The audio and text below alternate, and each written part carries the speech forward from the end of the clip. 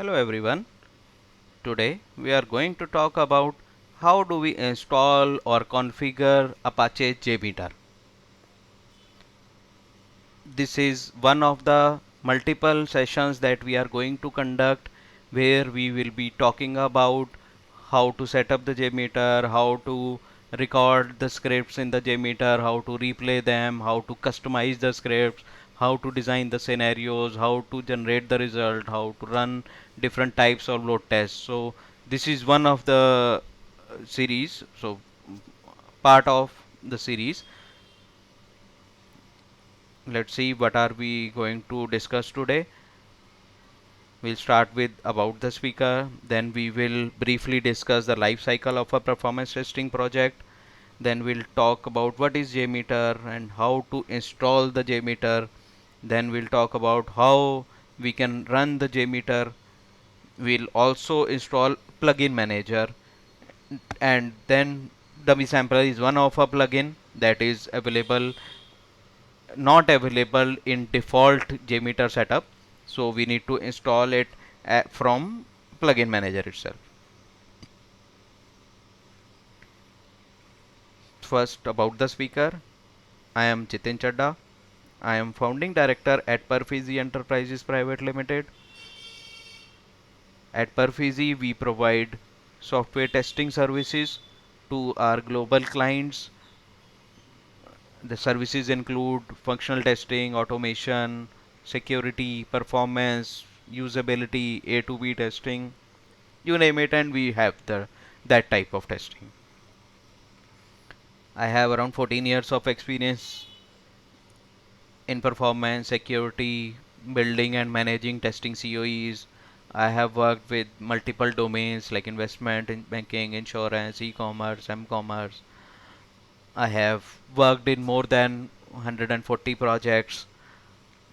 I have worked with clients like Adobe, BNP Paribas, Boston Consulting Group, Max Life Insurance, Yepme, Checkbook, Checkmarks. There are multiple clients that we have worked upon. Some certifications: HP LoadRunner AIS, IBM Certified Solution Designer for RPT, IBM Certified Specialist for Rational App Scan, Certified Specialist for Rational Robo as well. Let's briefly discuss how a performance testing project is executed and what are the steps in a performance testing project. First step is requirement gathering, where we try to understand the technology used to build the application.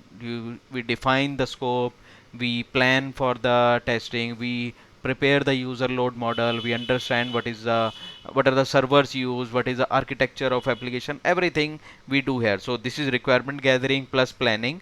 Then we start with the execution, actual working on the project. Here we start with the script preparation, scenario designing using the performance testing tool. Then we move to the performance benchmarking. This is always the first step, where we identify, or I would say we capture the statistics which can give us the data about what is the current state of the application, or how much load, how much throughput my application can sustain in the specified hardware setup. If these results match the expectation or match the SLAs, we move on to the validating the requirement, that are all the SLAs, all the requirements are met from the all expectations are met. In case something is missing, repeat the thing and make sure all the requirements are validated and we can close it. But there can be another situation where the expectations or the SLAs are not met. When we say SLA or expectation, there can be a situation where initially we expected that our login should happen in less than 3 seconds, our search should happen within 2 seconds, but when we ran the performance benchmark, the login was taking 6 seconds, the search is taking 5 seconds. So that means our expectations are not met. There can be multiple expectations. There can be CPU memory related, the SLAs can be related to the throughput, SLAs can be related to the percentage failure. So it would depend on that. SLAs that were defined in the initial requirement gathering phase. So here we have to do performance bottleneck identification. In bottleneck identification, we pinpoint. When I say pinpoint, we identify which method in the code is causing slowness, which method in the code or which class in the code is causing a memory leak, which database query is taking a lot of time to execute, which queries are causing deadlocks. There can be some configuration that we identify that on the app server side, the memory configuration, the parallel connection configuration is not configured properly. So bottlenecks can be multiple. So here bottleneck identification, the aim is to pinpoint the performance bottleneck. We share this with the dev team, the DBAs or relevant people. They provide us fixes and we do for revalidation. Here also do another round of benchmarking, compare this with the previous benchmark and see if we are seeing the improvement or not. And second is, are we able to meet the expectations or not? Best case scenario, now our expectations are met, we validate the requirement and see yes, all the requirements are meeting or all the expectations SLAs are met. Then we share the final report, a closure report, and complete the project. In all these steps, the performance testing tool like JMeter, LoadRunner, NeoLoad, Gatling, JMeter, OpenSTA, all these tools, any one of these tools may be involved, and all these tests would require a load test tool for scenario script, benchmarking, revalidation. We do load test execution, then only we'll be able to do this. To validate requirement, the input from the tool are very important. The reports also contain the inputs that were generated or the results that were generated from the tool. Bottleneck identification also requires the load to be generated from the tool side, and under this load we do the profiling and monitoring on the server side to identify the performance issues or performance bottlenecks. So today we are going to talk about how we set up this load test tool. Here we are talking about Apache JMeter. What is JMeter? Apache JMeter is load or performance testing tool which can be used to do any type of load test, stress test, volume test, endurance test, stability test, capacity test. This is a 100% pure Java based desktop application. Pure Java based desktop application means that this is platform independent and it can run on any of the machine, Unix, Linux, Windows, anything you get. It should only have the Java and we can use JMeter on that machine. This is one of the best open source tool available in the market. It can do load test execution, the stress test executions, volume test executions for these. So the capabilities of this tool are, most used capability is the web, which is HTTP, HTTPS protocol, mostly Java based, Node.js applications, the PHP, ASP.NET, most the mobile apps that are being built using web services, etc. So these they also consume the HTTP protocol. So most used protocol will be this HTTP, HTTPS, and SOAP, REST web services or microservices.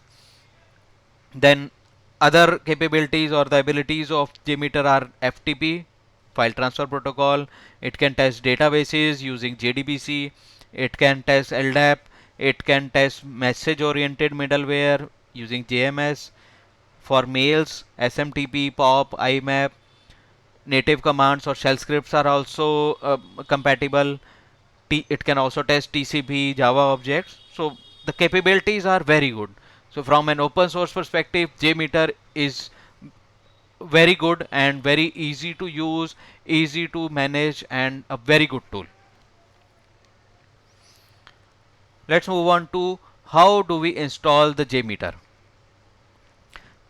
First step is just go to the Apache JMeter site, jmeter.apache.org, and you can download the Apache JMeter's latest version. So here, one of the places where people get confused is which zip file or which version to copy. So download the latest version, but if you see in the screenshot, the yellow one is binary and source. Do not download the source file. You need binary files. So download the binary of the latest JMeter version. If you see on the top, there is we also I have marked requires Java 8. So that page also would tell you which version of Java is required. So if you are using Apache JMeter 5.3 version, then you would require 8 or 8 plus of Java version. So once I download this zip file, it would give me after extracting, it would give me this folder apache-jmeter 5.3. 5.3 is the version. So if you download another version, the version number would change. And when I open this folder, this is the structure that is available: bin folder, docs folder, extra, lib, licenses, printable docs, and these are the default files. Mostly we will using bin folder, and sometimes we would need to use the lib folder as well. Let's see how I do on the browser. I just go on Google and you can search for JMeter download.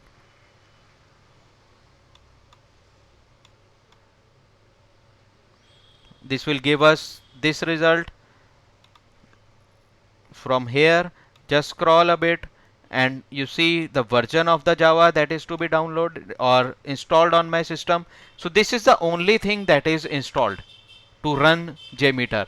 JMeter is not installed, only you need to install the Java and the proper version of the Java to run the Apache JMeter specified version. So download this zip file from the binaries and do not download from the source file. Let's move on to our next. So here let me show you, I have already downloaded this. So you will see this kind of zip file.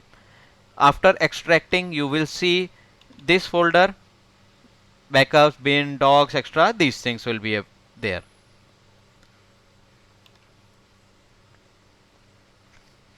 Next is how do we run JMeter. I marked that bin folder, so we do need to go inside the bin folder, and there are two options. One is the Apache jmeter.jar file and one is jmeter.bat file. You can double click on any one of them to open JMeter. There are some cases where people do get confused which file to download or which file to double click because they do not have that the extension visible on their machine. So they can also see here type of the file. So the type of file, name of file would be Apache JMeter and the type is executable jar file. You can double click on that file, it would open the JMeter. Or second option is JMeter and the type is Windows batch file. Double click on any of these and it would open JMeter. First time when we open the JMeter, it would appear like this. I will also show you on my system. So this is a very black and dark kind of looks. From my personal experience or my personal preference is this white kind of look. So to if you want to change the appearance, you can go to options, look and feel, and select this window classic to see this kind of look. Let me show you on my system. So this was the Apache JMeter folder. I am going inside bin folder. So these are the two options. One is Apache jmeter.jar and second one is this jmeter.bat file. Let me use Apache jmeter.jar. I am double clicking on it. It would open.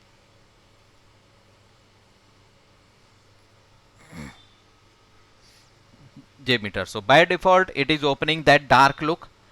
I do not like this, so I change this to Windows Classic and it would change the appearance.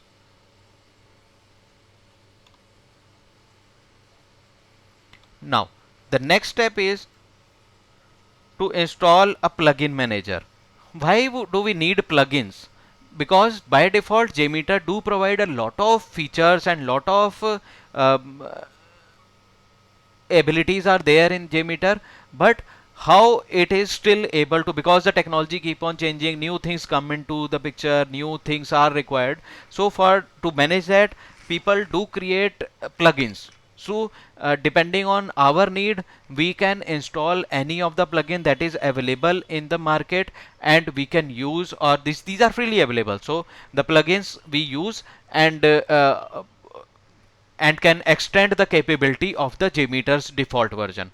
So for that, to install any of the plugin, we would require plugin manager. So for that, you can just type on Google, download JMeter plugins manager, and it would take you to jmeter-plugins.org/install/install. Download. So click on that and you will see this kind of screen, jmeterplugins.org, and this download plugins manager.jar. Click on it and you will be able to download the jar file. Copy it into your jmeter's lib ext folder and we will be able to run. Let's see how we do this in practical scenario. Here if you see, in my JMeter there is no plugin manager or only save automatically before run, zoom in, zoom out. These options are coming, but I need plugin manager. So for that, the same thing will do. I will go to Google, type download plugin manager for JMeter.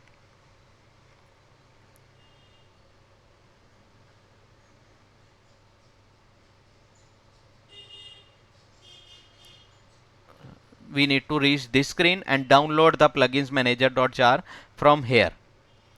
I have already downloaded it, so I will go to my downloads folder. So this is the jar file that will be available. I am going to copy this,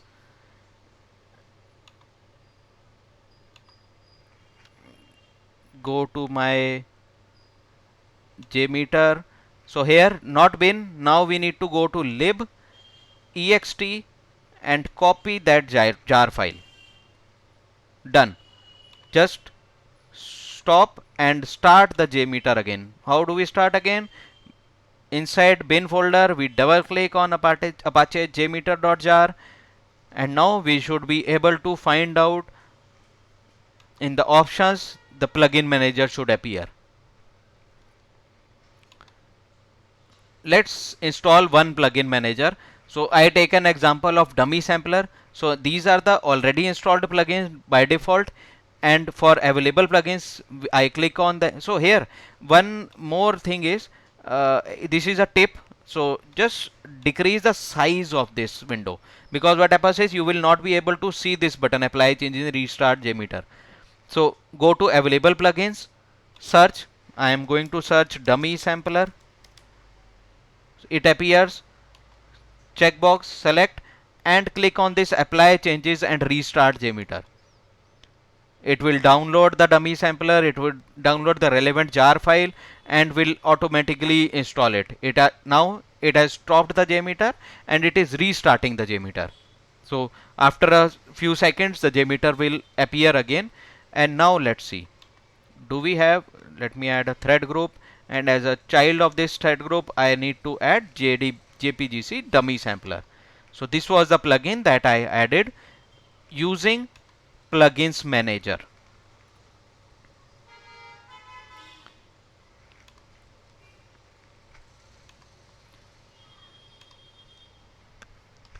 Thank you everyone for listening to us, attending this session, and I hope you now after this session you will be able to uh, download JMeter, download the plugin. You should be able to run JMeter, start the JMeter, and if wherever required you should be able to add any of the plugin that is available. In coming sessions we will talk about how do we record replay a script, how do we customize the script, how do we run the load test, how to design the scenarios, how we generate the results from JMeter. So thank you, and we will be happy to answer your queries. Whatever you have, please ask and we will be happy to answer.